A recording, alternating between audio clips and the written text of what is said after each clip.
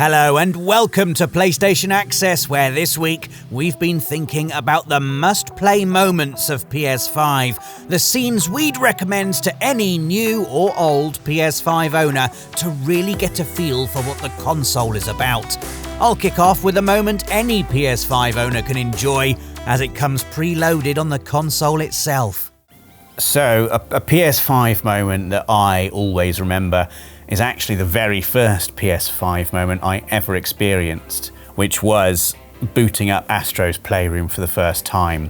So good. And this moment lasted probably for about 30 minutes, and it was just me giggling like a child at just the pure magic of everything, and mostly it was feeling the haptic feedback and the adaptive triggers inside the DualSense for the first time.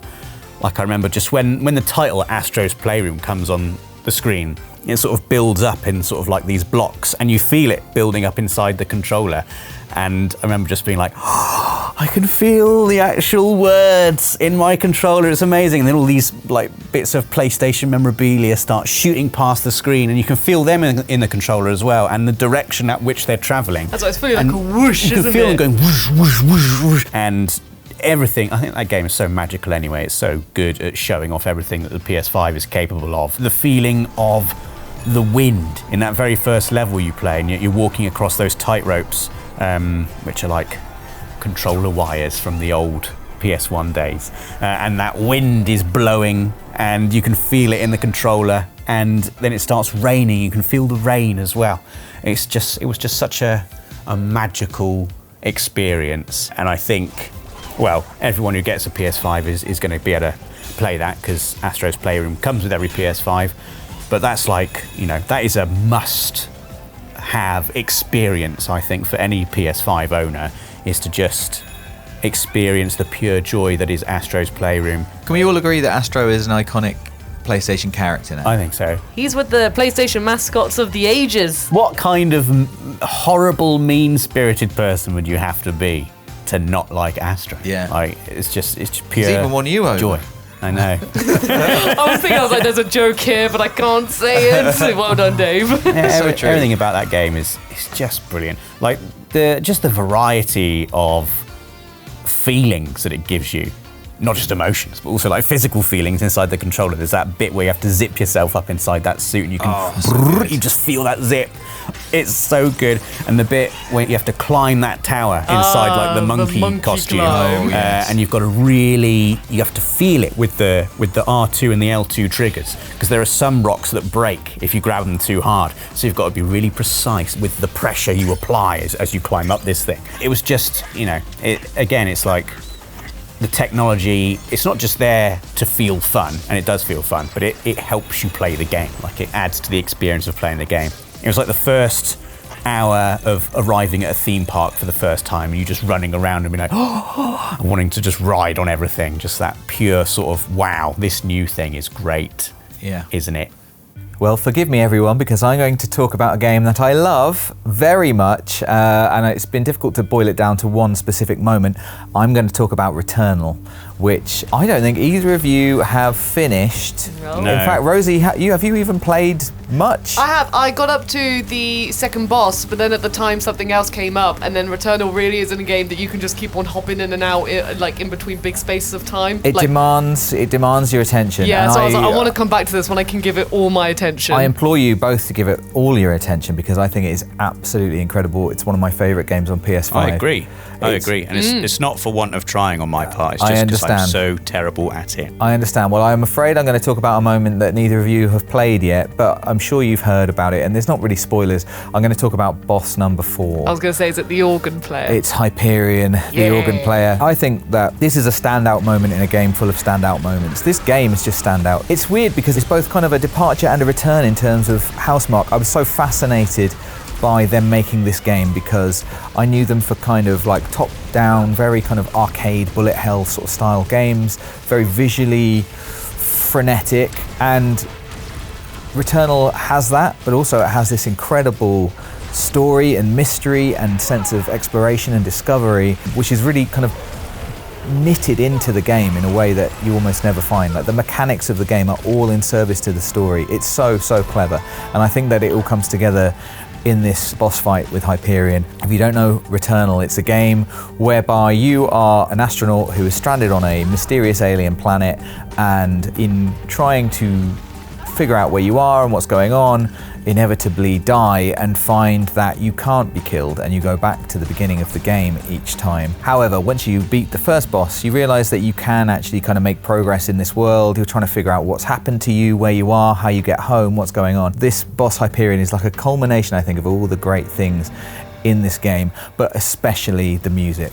And it's really the journey to Hyperion is absolutely incredible. Maybe it's the journey to Hyperion I want to talk about most of all, because you are back in an area of the game you've been before, but it has changed. And as I said, this game, the mystery of it is kind of so tangible. Like I couldn't put it down, not for the fun I was having, but really for the mystery I was experiencing. And something happens in the middle of the game that kind of restarts your whole experience of the game. It throws into question everything you've experienced so far. And this boss is the next thing that happens, Hyperion. And your journey to this boss is charged with this weird music that is happening in the background. It's the first time it really happens in the game. I think it's the only time it happens in the game. There is this organ music that is kind of prevalent throughout the level that you are approaching, and it's just sort of hinted at. It's not really referenced at any point. So as the player, you're just kind of hearing it. It's getting louder sometimes and it's getting quieter sometimes, and you are heading towards this boss, Hyperion, and it becomes overwhelming and it's mournful. There's something recognizable about it. It's very catchy, I think. It's just a beautiful bit of music, but it's intense as well. And then obviously you get to the boss, who is this weird, freaky, tendrilled organ player who is playing this music whilst you are fighting them. And it's a fascinating moment. It turns out it has a lot of meaning.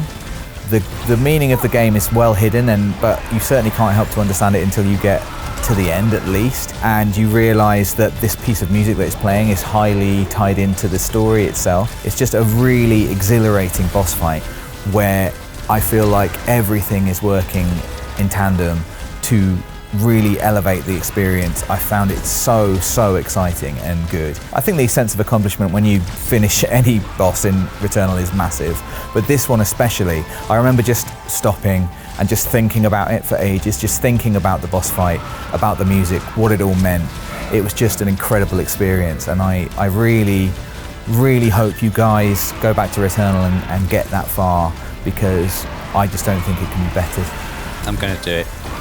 I'm just going to do it. Just do it. I wanted to do it for so long. I know, I've needed to finish that second But I'm just so bad at it, You can definitely do it. I'm so bad at it. I think you can do it. I've only ever beaten one Returnal boss. And that was like on the first day I played it. I've not gone further. I'm so bad at the game. A PS5 moment that really stood out to me. This was really hard because there's loads in Demon Souls, and then there's also loads in Elden Ring. And I've been like going, oh, Elden Ring or Demon Souls, Elden Ring or Demon Souls for ages. And then actually something before we recorded, Rob said, made me think I'm going to talk about Elden Ring more. And it's my moment I'm going to talk about is when you first meet the Tree Sentinel in Elden Ring, because we've all had the moment where you do, it's very early on in Elden Ring when you encounter the, well, I mean, you don't have to, you can ignore it, but generally it's very early on. You've just had the moment at the very beginning of the game where there's a boss and you give it a couple of slaps and you're doing like a fingernail worth of damage, and you're like, okay, I know how this is gonna go. This is just Elden Ring being From Software. So then you do that, have the little cinematic, open the doors to Limgrave, it's beautiful, there's greenery, and you're like, wow, I'm in this huge world. Like, this was where probably the biggest PS5 game I played at the time, so I was fully like, look how big this world is and we can explore everything. So you're overwhelmed from that, but you can only see one sort of potential enemy, who's just this man on a golden horse just roaming around pretty much right in front of you. Like, you're on a little part of rock and he's just down there just roaming around. And, you know, you wouldn't think that the first enemy... Maybe he's a friend. Yeah, maybe he's a friend. I think I do genuinely remember thinking, like, maybe he's like a friendly guard, someone to introduce me to how to ride Torrent. You know, you don't have Torrent at this point. It's like, maybe he'll teach me how to ride a horse, because he's on a horse. Or maybe, like, you also meet another NPC and stuff. Or you just maybe think it's going to be a cinematic encounter and he's going to ride off and you think, he's going to be a boss fight later on. But nope, you approach him. It's always been a meme with like the From Software community. You have loads of images of the health bar coming down at the bottom and the music's like, all this stuff. It's a real big joke. But this is literally the time I can, like, one of my favorite moments, because I can see the developers being like, yes, like, yes, let's really get them with this. So you're just running around, you approach it. Even if you're up on guard, you've got your shield up, your sword ready, you're gonna approach it, but you don't expect the bloomin' health bar to pop down, Tree Sentinel name pop up, the music blaring. You do not expect that level right as you've just approached Limgrave. Yeah, you're there just on your little 2 legs. And he's there on 4 legs, and then he's got his own legs and this big, not that he uses his legs. That's 6 legs. He's got 6 legs in total. He's got a big old axe. Some people actually do it, and you know, fair play to those people, because you're amazing. Liars. But they've recorded it, Dave. But I remember the moment where, you know, the moment where I was also like, okay, I thought, hang on, this isn't a boss, like a boss arena. I can just avoid it, go to the church or the chapel and, like, you know, learn a bit more about the game. And then the moment when you come back and you've got Torrent, you've got some, like, summon assistants that can help you. I got the 3 wolves because I was like, nice. Yeah, there's 4 of us against the Tree Sentinel now. And even then, my poor wolves got slapped silly. But when you do defeat then the Tree Sentinel, after all that effort you've put in and you've been slaying, you know, just normal little soldiers at this point, it's just so relieving and so, like, From Software, you nasty sausages, like, they put that enemy right there, right at the beginning, and it's just one of my favorite moments because, yeah, like I said, it really is, I interpret it as the developers just having a bit of a laugh and being a bit like, anything could happen in this open world. Elden Ring's filled with so many moments, like Caelid going down the well, fighting the first dragon, so many wonderful moments. It was so hard to pick one, but Rob just talking about the Tree Sentinel right before recording made me think, yes, this is a moment everyone remembers. Yeah, definitely. Another moment, another real standout PS5 moment for me happened very recently. And this is just a moment that for me shows off just the ridiculous spectacle that the PS5 is capable of. And it was in Final Fantasy XVI, the Titan boss fight that happens between halfway and 2/3 of the way through the game.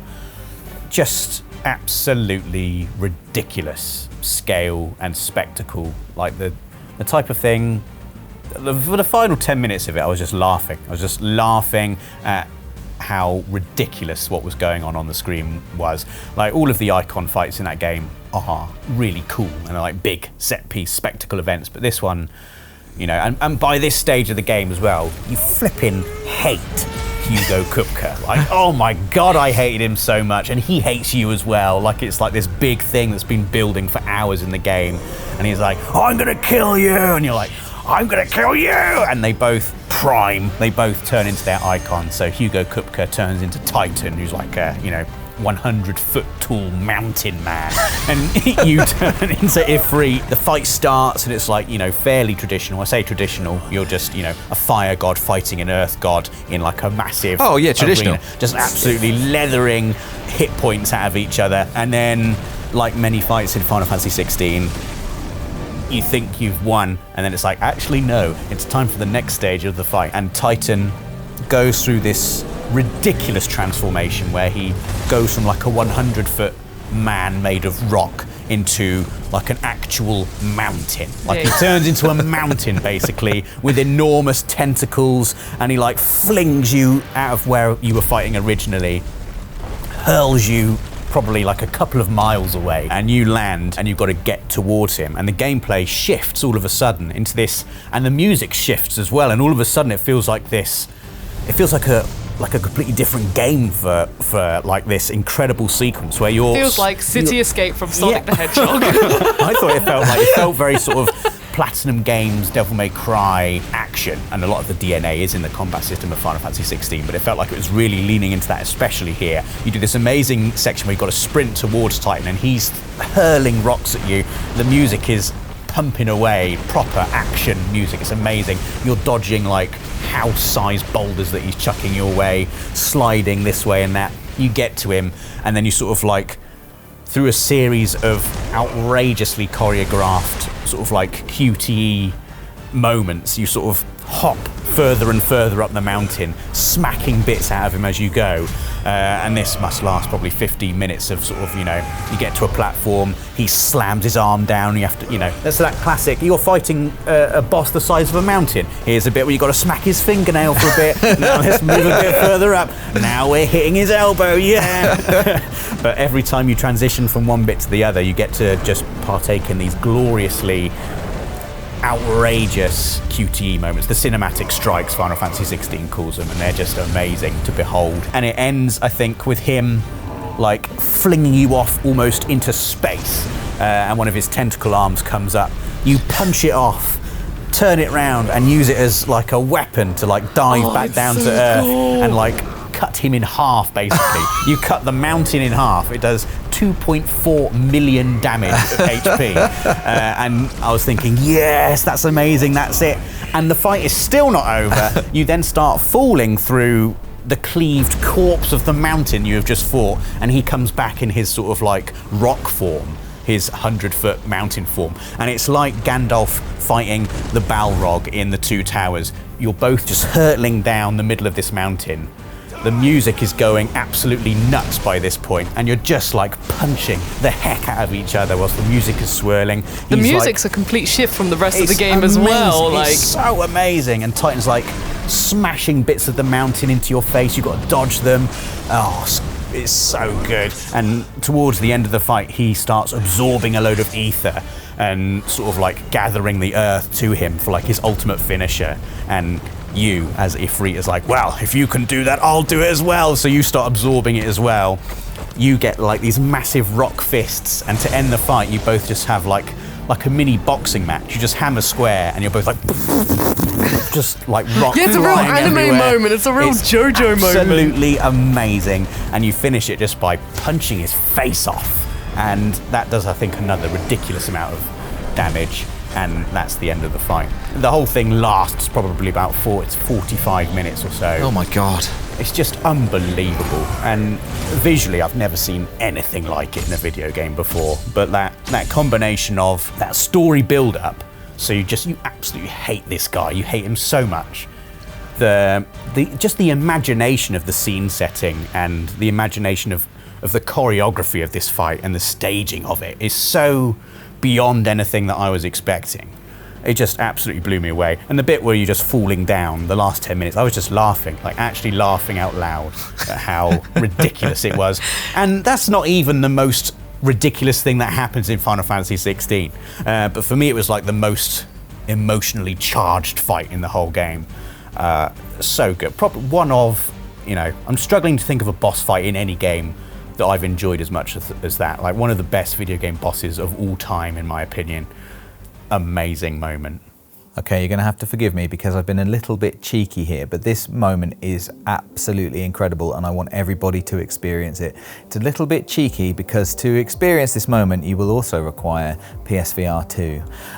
And it is, of course, the first time, every time you get into a car and drive it in GT7. Oh, that is great. It's unbelievable. It's the best VR experience I've ever had. It's astonishing. I mean, I would implore everyone to give GT7 a go anyway. I think that people think of themselves as not really into racing games, and I don't think GT7 is a racing game. It's like so much more. It's a simulation. It's a driving not even game. That. It's like a game, a love letter to cars. It is exactly that. I mean, we've talked about this before.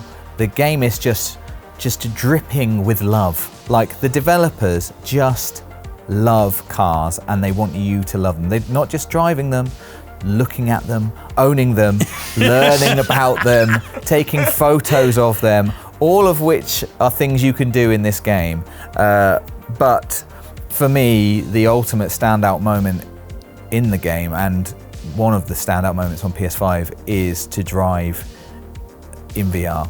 GT7 with PSVR 2 is unbelievable. I remember the first time I did it was with Rob on a live stream, and we were just giggling our way around. It's so good, and I think that it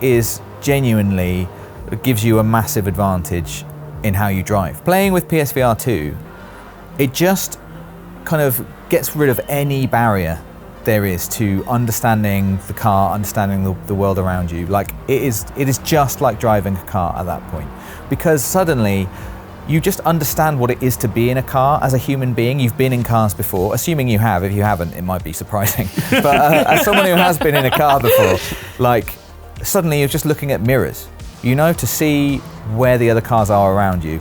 You don't think about it. You don't think what's the button, or you know what's the button to see where's the map or whatever. You just just have a little look, just a little flick of the eyes. You can instantly see what's going on behind you. A little look to the mirrors, you can see what's going on around you. That kind of thing.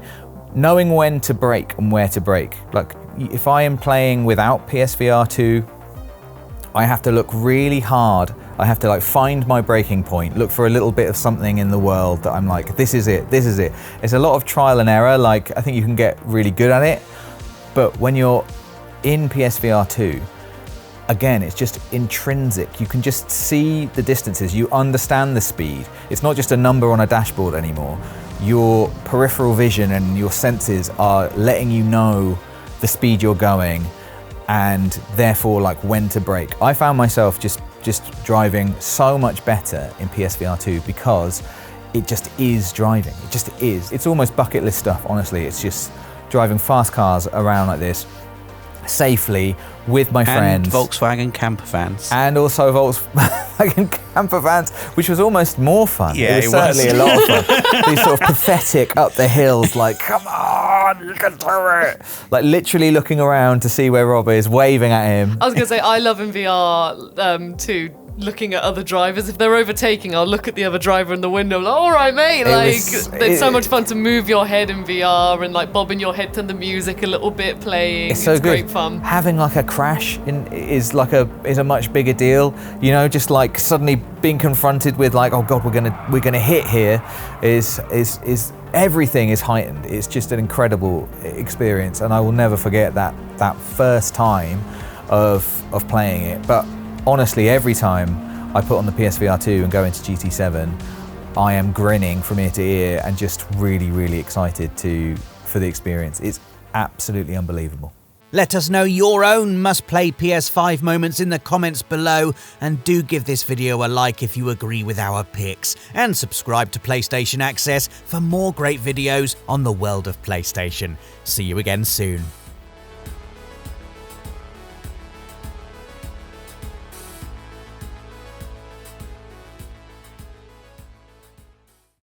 PlayStation